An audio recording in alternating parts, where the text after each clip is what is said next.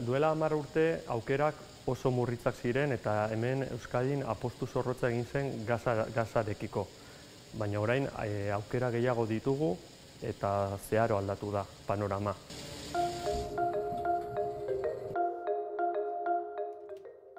Zeharo aldatu da panorama etxeko energiari dagokionez. Eta Lanbide Heziketako Teknika Institutuan aukera berriak ari dira esploratzen. Eskerrik asko. Azaldu da pixkat idea orokorra, ez? Bai, hemen energia solar termikoak, ez? Bai, hauek dira panel solar termikoak, hor kanpoan daudenak, eta egiten dutena da beroa, eguzkitik beroa hartu eta fluido bat berotzen dute, eta fluido honekin egin dezakeguna da edo deposito honetan almazenatu, pilatu, edo lurzorura bota, lurrean pilatu, bi aukera dauzkagu.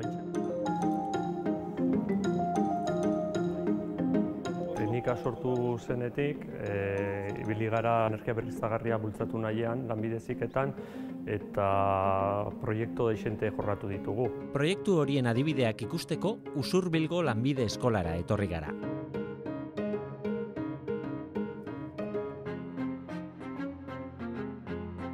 Teknologia hauek gutxiago kontaminatzen dute eta debaldekoa den energia bat erabiltzen dute materia prima bezala. Fotovoltaikoa, solar termikoa, aerosorgailuak, biomasa, galdera da. Energia berriztagarriek ordezka dezakete gaur egun gure energia sistema? Beharrak desberdinak dira, etxe bizitza mailan eta industria mailan, eta nik ikusten dudanez errazagoa litzateke etxe batek daukan demanda energia berriztagarriekin asetzea, errazagoa litzateke industria mailan baino.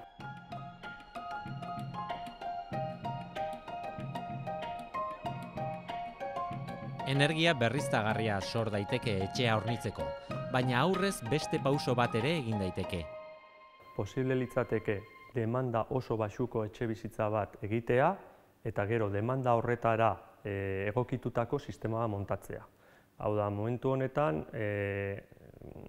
egin daitezke deitzen direna etxe pasiboak. Hau da etxe pasibo bat. Itxuraz ez du alderik beste etxeekin, baina baditu ezberdintasun handiak. Eraikina aldatu dugu eta energia berriztagarriak erabili ditugu barruan.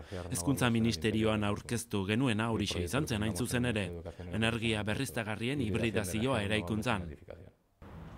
Gasteizen gaude, Eraikuntza Institutuan. Hemen, garai bateko bedelaren etxea, etxe pasibo bilakatu dute. Esango nuke, gakoa oso sinplea dela. Eskaera murrizteko, isolatu eta isolatu. Ondo isolatutako etxe hau, hezkuntza sistemaren etekin zuzena da. Bi urte dira zentroko ikaslea naizela. Goi mailako gradu bat egiten ari naiz, eta erakusteko eraikin honen eraikuntzan hartu nuen parte. Zenbait instalazio egiten hartu dut parte, esate baterako energia galerarik ez duen aireztapen sistema egiten.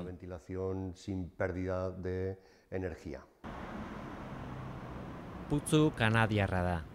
Tximinia honetatik sartzen da airea eta lurpeko ibilbide bat egiten du. Temperatura etxe barruko baldintzetara ahalik eta gehien hurbiltzeko. Gero, hemendik sartzen da etxe barrura. Helburua da, beroak ihesik ez egitea. Zubi termiko deitzen duten ihes puntuak ahal dela saihestea alegia. Gainera, argi naturala barrurantz bideratu dute. Eta jasotako ura aprobetxatu dute komunean erabiltzeko adibidez. Eraikuntza bera beste eraikinena bezalakoa da, eta oso egokia da hemen ondoan dugun administraritzako eraikinarekin alderatzeko. Eraikin bataren eta bestearen arteko aldea ikusten da. eskaera termikoa minimizatzeko sistemak bilatu genituen. Hasieran, 27 kilobat ingurukoa zen. 27 kilobat horietatik, gaur egungo 8 kilobatera jaitsi gara. Eta azken 3 hilabeteetan egin dugun jarraipenak dio, eraikin honek 280 kilobat baino gutxiago xahutu dituela. Horrek esan nahi du, benetan badela lorpen bat. Kontuan hartzen badugu, 24 ordutan dagoela piztuta astearen 7 egunetan. Eta gainera, gela guztien temperatura 21,7 eta 22 graduren artean dagoela. Isolamendua, argia eta beroa aprobetxatu eta noski, energia berriztagarria sortu. Horrekin guztiarekin agian, egun batean guk geuk kudeatuko dugu etxeko energia. Aukera dago, naiz eta orain estatu mailan ez daukagun marko politiko egokiena hori garatzeko, baina aukera dago eta nik uste gelditu ezin daiteken gauza bat dela.